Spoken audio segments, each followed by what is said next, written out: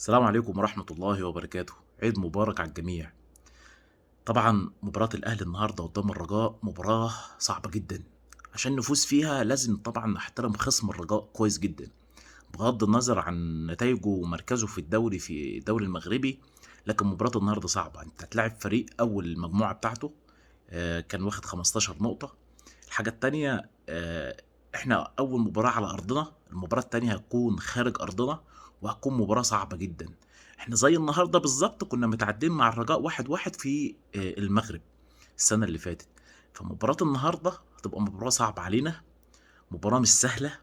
بس احنا عشان نفوز فيها طبعا زي ما قلنا لازم ننزل محترمين الرجاء، وعشان ننزل محترمين الرجاء لازم كمان لعبتنا تكون رجاله في الملعب. لعبتنا لازم تنزل النهارده تستغل اي فرصه في الملعب. الفرصه اللي هتجيلنا مش هتتعوض في المباراه. فطول ما احنا ان شاء الله راكبين الجيم والكره في رجلينا وبنتنقل الكوره وما بيحصلش مننا ميس باص كتير، هنقدر ان احنا ان شاء الله نتعب الرجاء، نزعزع فريقهم النهارده.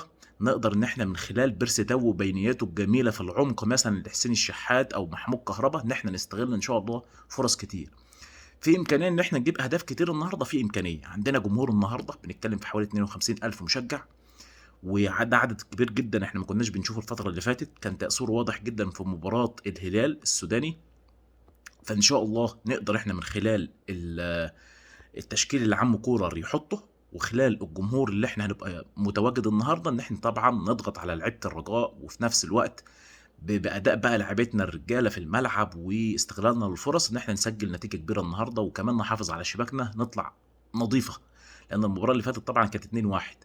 فالنهارده ان شاء الله نقدر ان احنا من خلال تشكيل محمد الشناوي وعلي معلول ومحمد هاني ومحمود متولي ومحمد عبد المنعم، عندنا خط وسط قوي جدا، خط دفاع حلو جدا. خط الوسط احنا هيبقى عندنا حيره نلعب بثلاثه اللي هم مروان عطيه وعمرو السوليه وحمدي فتحي، ولا نلعب باتنين بس وفي نفس الوقت نلعب قفشه في نص الملعب مع حسين الشحات وبيرسيتاو وكهربا. فعندنا استراتيجيه عم كولر بياخدها الفتره اللي فاتت.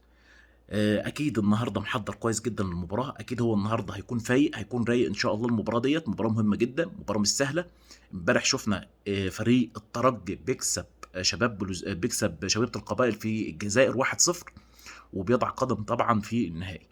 الترجي في طريقنا، لكن احنا طبعا مركزين اول في الرجاء، لكن بنشوف اهوت فرق بتروح تلعب على الارض غير ارضها بطريقه كويسه جدا وبتكسب كمان. فبالتالي زي ما بنقول لازم نكون محترمين الرجاء، لازم نكون عاطين له الف حساب في الملعب عشان ما يحصلش زي ما حصل السنه اللي فاتت وكان 2-1 عندنا في ارضنا. فالسنه دي ان شاء الله نقدر من خلال التشكيل اللي عم كولر هيحطه واللاعيبه اللي موجوده في الملعب نتحكم في رتم المباراه. واحنا بقالنا فتره الحمد لله ادائنا بيتحسن مباراه بعد مباراه. الاهلي مباراه بعد مباراه بتلاقيه بيحقق فوز، بيكسب كاس مصر، بيبدا يحسم الدوري. فالاهلي شكله اختلف تماما عن يناير، الشهر اللي كان شهر حزين لينا بالنسبه لنا بعد كاس العالم وكنا مش قادرين ان احنا نظبط الامور. لا الاهلي اتحسن كتير جدا، الاهلي بقى فايق، الاهلي عنده تشكيل بقى اقرب للثبات، عندك لعيبه دكه حلوه جدا. احنا كمان في المباراه ديت ان شاء الله يبقى معانا دكه حلوه جدا نقدر نستغلها في خلال المباراه. بس محتاجين حاجه واحده، اللعيبه تكون رجاله في الملعب. اللعيب طول ما انت راجل في الملعب، طول ما انت بتقاتل في الملعب، طول ما انت اي فرصه او اي كوره بتجيلك وبتحافظ عليها وفي نفس الوقت بتستغلها احسن استغلال، بس هو ده المطلوب منك. والباقي ان شاء الله بتاع توفيق ربنا باذن الله. فان شاء الله النهارده ربنا ينصرنا، النهارده لعبتنا تكون منصوره، لعبتنا تكون حليفها التوفيق، وعم كولر يكون حلفه النهارده باذن الله يختار التشكيل الصحيح باذن الله. والباقي بقى الجمهور هيقوم بيه ان شاء الله في المباراه باذن الله. جمهور اكيد النهارده مش هيبطل تشجيع من اول دقيقه، هيكون حافز كبير جدا للاعيبه في الملعب، واللاعيبه ما تاثرش بقى. ان شاء الله ان شاء الله نتقابل بعد نهايه المباراه ويكون الاهلي كسبان وبنتيجه كبيره باذن الله باذن الله. اقل حاجه النهارده نكون طالعين 3-0 باذن الله.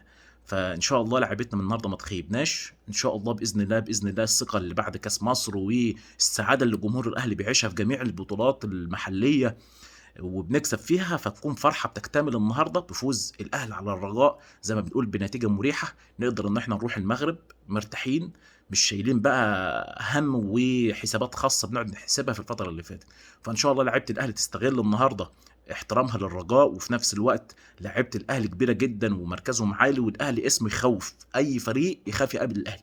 فان شاء الله النهارده يتم ده كله في الملعب، ونكسب المباراة بإذن الله، وتكون بقى الليلة عيد، الليلة فرحة، الليلة تكون القاهرة حمرا بإذن الله.